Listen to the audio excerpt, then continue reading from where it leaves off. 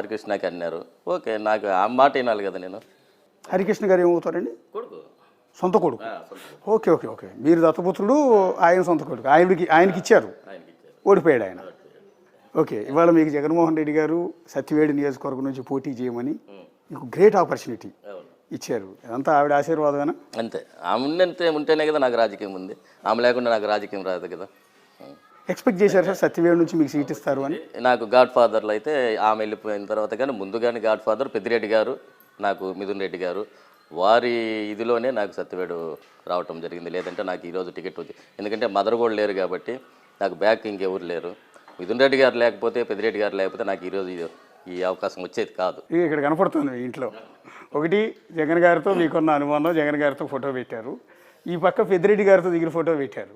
ఇక్కడే ఇంట్లోకి రాగానే తెలిసిపోతుంది మీకు ఎవరు మద్దతున్నారు. పెద్ద ఆయన రాజశేఖర రెడ్డి గారితో దిగిన ఫోటో. సో రాజేష్ అనే పిలుస్తాడు. ఓకే, వీళ్ళందరూ గాడ్ ఫాదర్సే.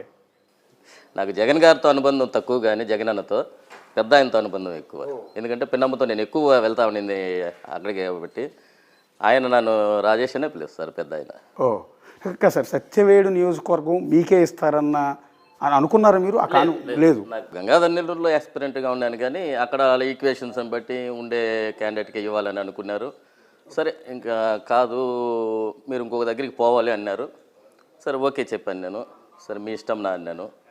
లాస్ట్ మినిట్లో ఇక్కడ ఇచ్చారు. అక్కడ ఆదిమూలం వెళ్ళిపోవడం వల్ల మళ్ళీ గురుమూర్తిని ఆయన ప్లేస్కి ఇచ్చి ఇంకా అక్కడ నాకు ఇవ్వడం జరిగింది. అంటే స్టార్టింగ్ గురుమూర్తి గారిని, తిరుపతి ఎంపీ గురుమూర్తి గారిని సత్యవేడి ఎమ్మెల్యే అభ్యర్థిగా అనౌన్స్ చేశారు. అప్పుడు కొంత